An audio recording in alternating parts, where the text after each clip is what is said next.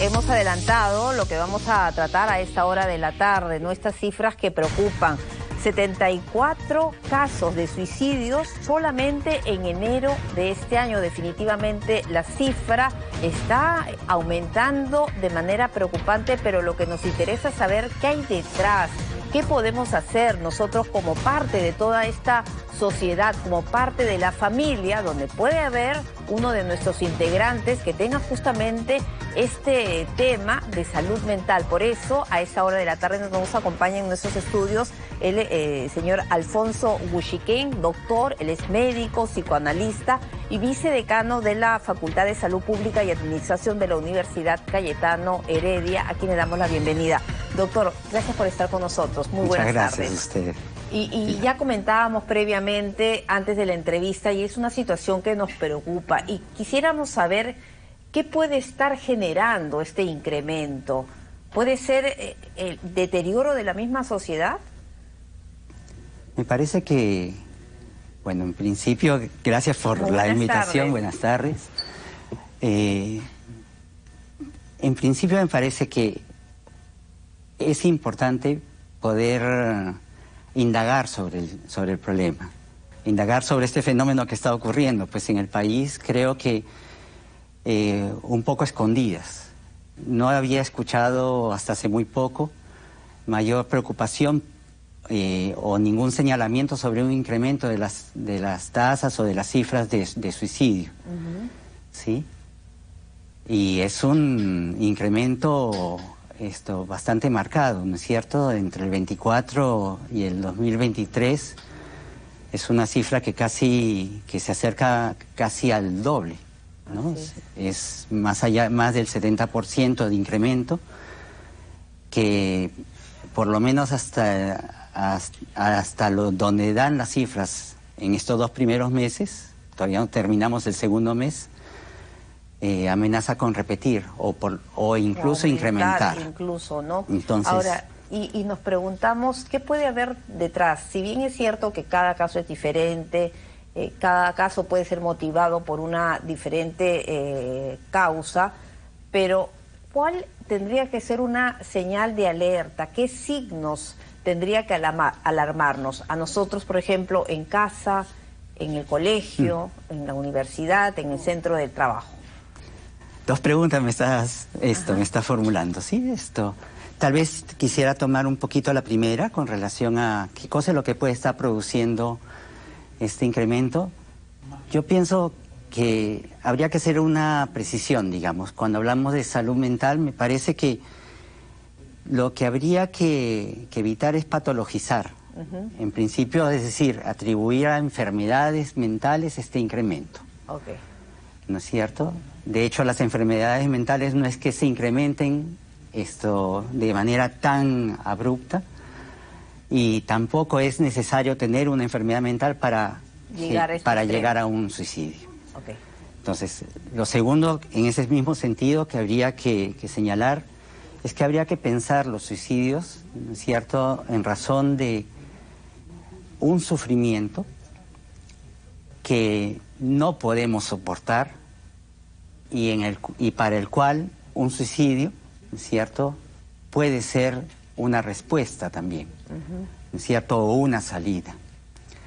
Entonces, me parece que desde ese punto de vista hay 3 dimensiones que habrían que considerar. Una es la pregunta por los sufrimientos. No sé si es que algo que no se puede manejar y te puede motivar desencadena en un suicidio, puede ser. Pero habría que tratar de entender si es que estos sufrimientos, ¿no es cierto?, me parece que no son los de antes, sino puede ser que haya, que lo que aparezca como sufrimiento pudieran tener elementos de novedad, y en ese sentido, por eso es tan importante poder entender eso. Pero que recaen sobre sujetos, ¿no es cierto?, sobre personas que pudieran no tener los recursos para defenderse o para responder a ese sufrimiento. ¿Sí? En una sociedad, por otro lado, que no da los soportes. Entonces, son 3 dimensiones que habría que pensar, ¿no es cierto? El sufrimiento mismo, de qué se trata, En segundo lugar, de qué sujeto, qué es lo que está pasando con las personas y por último, esto también, qué es lo que sucede con la sociedad, ¿no es cierto?, que no da soportes suficientes a las personas que sufren. Entonces, me parece que con esto podríamos pensar la respuesta de aquello que lo está generando. Si hablamos de la sociedad, ¿no es cierto?, una primera cosa que me parece que tenemos es una sociedad, la nuestra, que a diferencia de antes, no tolera no tolera el sufrimiento, no tolera la tristeza, no tolera la angustia. Entonces, cada vez que aparece alguien con tristeza, nos alertamos, nos asustamos. Y en lugar... Pero nos asustamos, pero no hacemos nada de repente. Y nos podemos alejar de esa persona. Nos alejamos, ¿no es cierto? O castigamos criticamos, por ejemplo, la tristeza o la angustia de la persona, ¿sí? Entonces, no acompañamos en ese sentido. Y muchas personas, no es para tanto, dicen, ¿no? Pasa la página y vendrán tiempos mejores, pero no vamos un poco más allá. Por otro lado, es una sociedad, sí, no vamos más allá, pero, es decir, esquivamos esto, ¿no es cierto?, eludimos. Pero somos una sociedad que además, todo el tiempo estamos buscando, digamos, que creo que hemos convertido, digamos, decimos, la felicidad, en principio en un derecho, cierto, pero también cada vez más es una obligación ser feliz, ¿no es cierto? Es como un ideal social ahora. Y desde pequeños además se reitera ese mensaje, ¿no?, desde los niños. En las páginas de las redes sociales estamos todo el tiempo señalando, mostrándonos como felices, porque la felicidad es una suerte de digamos, signo de éxito en el momento. Aquel que no es y no muestra ser feliz, digamos, interroga su éxito entonces hay una suerte de obligación de la felicidad. Entonces creo que eso tiene que ver con... ¿Y eso no es una carga permanente, constante? Porque ¿quién puede ser feliz todo el tiempo, a toda hora? ¿Quién no se encuentra con baches? En algún punto, ¿no es cierto? En la casa, en el trabajo, en los estudios, en las relaciones con los amigos o en las relaciones con los vecinos, por ejemplo. ¿Quién no se encuentra con dificultades allí? ¿Quién no se encuentra con alguna cosa que lo interroga o que lo cuestiona? Entonces, eso tampoco soportamos, tampoco toleramos. Y entonces sobre aquello que no toleramos, tenemos mucha dificultad para conversarlo con otros, ¿no es cierto? Porque los otros no me soportan, se van, o porque yo mismo no soporto poder señalarlo. Entonces, digamos, es una sociedad que bajo esa perspectiva nos ahoga, nos hunde, y con esas características. Y nos deja solos. ¿Sí? Y en medio de pues hay personas que sufren de una depresión en silencio frente a esta sociedad tan dura. Sí, en silencio o en soledad también, ¿no? Así es.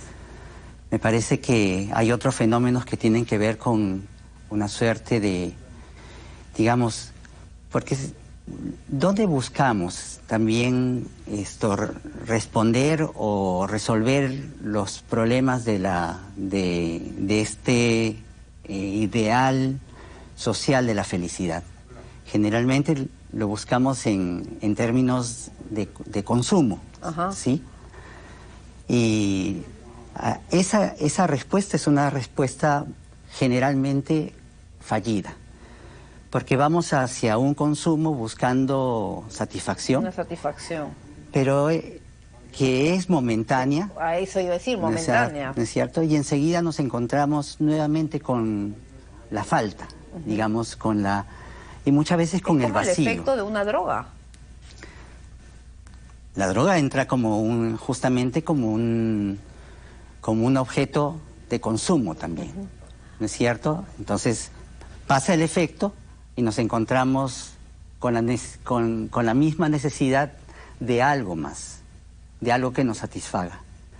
Y entonces estamos todo el tiempo en esa satisfacción e insatisfacción, ¿no es cierto?, permanentes. Ahora, y desde el Estado, ¿qué se podría o qué se debería hacer o qué se podría hacer para poder controlar esta situación, para poder trabajar en el tema de la salud pública, el tema de los casos y hacer que se disminuya estas cifras que son muy duras, ¿no? Porque hablan, bueno, hemos mejorado, hay 288 centros de salud mental, pero esa no es la solución. Digamos, hablando desde el Estado, me parece que sí es importante señalar, ¿no es cierto?, los dispositivos de atención. Eso es por una parte. No voy a entrarme en esto, pero son importantes porque permiten que cada quien, porque no se trata solamente de dar medicamentos que impidan el malestar, sino generar dispositivos, generar mecanismos, digamos, de atención que le permitan a las personas, a ellas, trabajar y construir respuestas que sean lo más adecuadas para ellas mismas. La solución, y eso quería preguntarle, ¿nace de uno mismo? La solución hay que construirla cada uno. Porque frente a este dolor, digamos, o frente a este sufrimiento, este dolor de existir, cada quien tiene que encontrar cómo responder a ella. Y las respuestas a esto, tanto como el sufrimiento, digamos, es individual, las respuestas a eso han de ser individuales. Cada quien tiene que encontrar, pero estos dispositivos, que son dispositivos de escucha, ¿no es cierto?, son esos dispositivos los que permiten a las personas, en principio, construir esas respuestas. Hasta sean los pacientes niños, ¿se puede trabajar todo esto? Claro, porque frente a sus problemotes, ¿no es cierto?, los que encuentre, él podrá construir. Son problemas que tienen que ver con la relación, seguramente, con los padres, ¿no es cierto?, con el lugar que ellos quieren tener, digamos, en esa relación con los padres o con los amigos. Cada quien, en cada edad, todo ser humano se encuentra con sus dificultades, ¿no es cierto?, y con la necesidad de construir una respuesta a esas dificultades que no terminan, es uno viejito también encuentra, por ejemplo, en el momento en que cesa de trabajar, la necesidad de volver a responder a la pregunta por el ser mismo, ¿no es cierto? Y eso es algo que habría que pensar, porque, digamos, ese es un problema que no es de los animales. Los animales no se preguntan por su ser, pero los seres humanos necesitamos hacernos a un ser, necesitamos hacernos a una suerte a construir una razón para nuestra existencia. Muchas veces en todas las etapas. Siempre. Hasta el final de nuestras vidas. Sí, por supuesto, ¿no es cierto? Algo que nos dé valor a nosotros mismos. Digamos, y esto puede estar del lado del amor, por ejemplo, ¿no? Amar, ser parte de una relación de amor, ¿no es cierto?, puede ser una respuesta para muchos. El trabajo puede serlo para otros o para los mismos, ¿no es cierto? Investigar, entender algo de uno, también puede. Entonces, me parece que en ese sentido... ¿Cuántas salidas, no, hay? ¿Y cuántas respuestas tenemos para construir? Y puedo decir una cosita ahí con relación a esto, es que entonces una sociedad debe permitir a las personas, ¿no es cierto?, en principio me parece que construir vínculos, vínculos de amistad, vínculos de amor, ¿no?, vínculos de pertenencia, a grupos, pero pertenencia también a algo que nos interesa, ¿sí? Eso es muy importante. Y que eso hay que tomar muy en cuenta, ¿no? Profesor Guxiquén, muy interesante todo lo que hemos estado hablando. Lamentablemente el tiempo nos ganó. Va a haber una segunda entrevista, de hecho, para seguir hablando de este aspecto que es muy importante, ¿no? Y que muchas veces llevamos en silencio, ¿no? Y hemos visto qué importante es la construcción de los vínculos, ¿no? En toda etapa. Muchas gracias. Muy bien. Por haber estado con nosotros. Muchas gracias.